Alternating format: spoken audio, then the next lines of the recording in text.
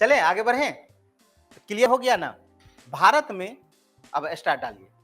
ये तो हो गया कि जैव आरक्षित क्षेत्र क्या है। इसके अलावा यूनेस्को भी एक प्रोग्राम चलाया, ठीक है, United Nation Education Social Cultural Organization. ये 1971 में एक प्रोग्राम चलाया। यूनेस्को का हेडक्वार्टर कहाँ है? एक बार होमवर्क दिए थे आपको। यूनेस्को एक यूनाइटेड नेशन का है। बात समझ में आया? जैसे हम लोग यूएनओ देखें, स्पेशल इसका काम है एजुकेशन सोशल एंड कल्चर, मनुष्य एवं जीव मंडल कार्यक्रम। यूनेस्को द्वारा 1971 में मनुष्य एवं जीव मंडल कार्यक्रम नामक एक वैज्ञानिक कार्यक्रम की शुरुआत की गई, जिसका उद्देश्य था मनुष्य एवं पर्यावरण के संबंधों को वैज्ञानिक आधार पर मजबूत प्रदान करना या मजबूत करना।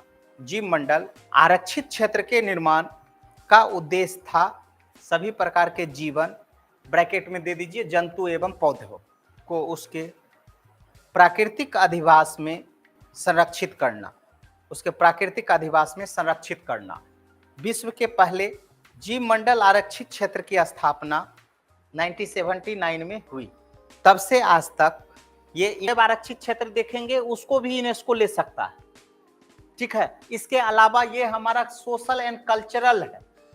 ताजमहल को अपनी सूची में लिया। बिहार में ऐसा कौन सा जगह है जो यूनेस्को विश्व धरोहर में शामिल किया?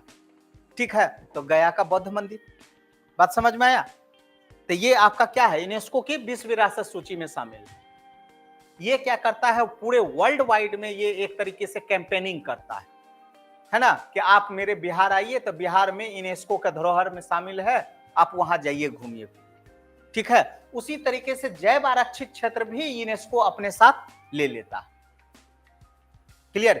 जैसे हम बोलेंगे कि नीलगिरी हमारा जैव आरक्षित क्षेत्र है। कहां का?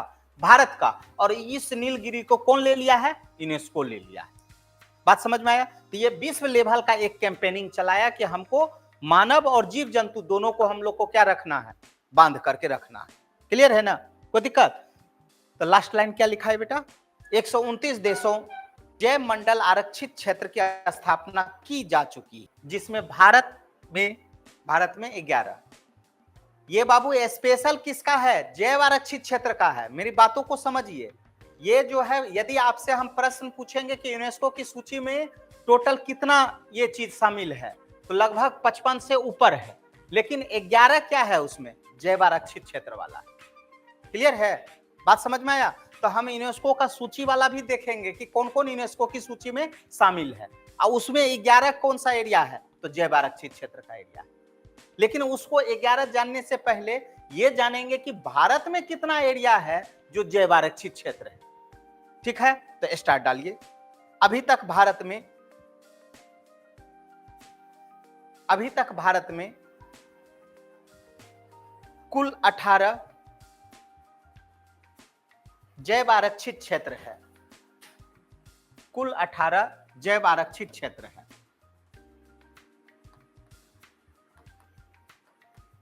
ये याद हो जाना चाहिए कल। और ये 18 में से 11 कहां चला जाएगा? यूनेस्को में। बात समझ में आए ना? नंबर 1, भारत का पहला जो हुआ था नीलगिरी। आपसे प्रश्न पूछेगा कि नीलगिरी कहां है, तो आराम से बताएगा नीलगिरी कहां है। बोलिए। कर्नाटक, केरल और तमिलनाडु। एक। दूसरा नंदा देवी कहां? उत्तराखंड, उत्तर प्रदेश नहीं, उत्तराखंड, ठीक है। नेक्स्ट नोकरेक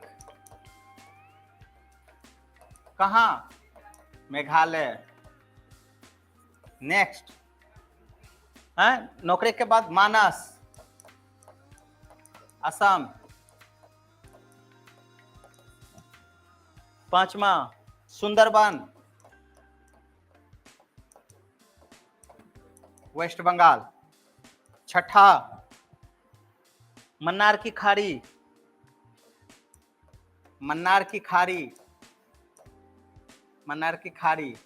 कहां? तमिलनाडु,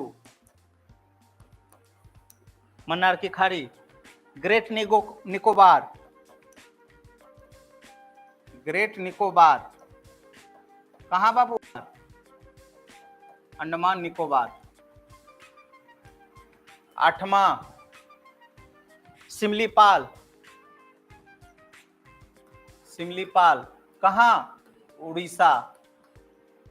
9वां डिब्रू सेखोवा, डिब्रू सेखोवा कहाँ, असम, असम। देहांग और देवांग, देहांग और देवांग कहाँ, अरुणाचल प्रदेश। 11 पंचमढ़ी कहाँ, मध्य प्रदेश। 12 कंचनजंगा, सिक्किम। 13 अस्तमलाई, केरल। 14 कुमार अमरकंटक, अमरकंटक कहाँ, छत्तीसगढ़। कच्छ का रण, कच्छ का रण कहाँ बाबू, शेषाचलम, शेषचलम, शेषचलम कहाँ बेटा, आंध्र प्रदेश। 18 पन्ना कहाँ, एमपी, एमपी।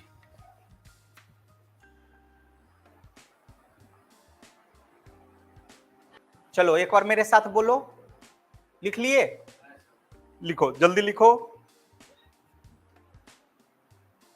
कौन बोला, सिक्किम, छत्तीसगढ़,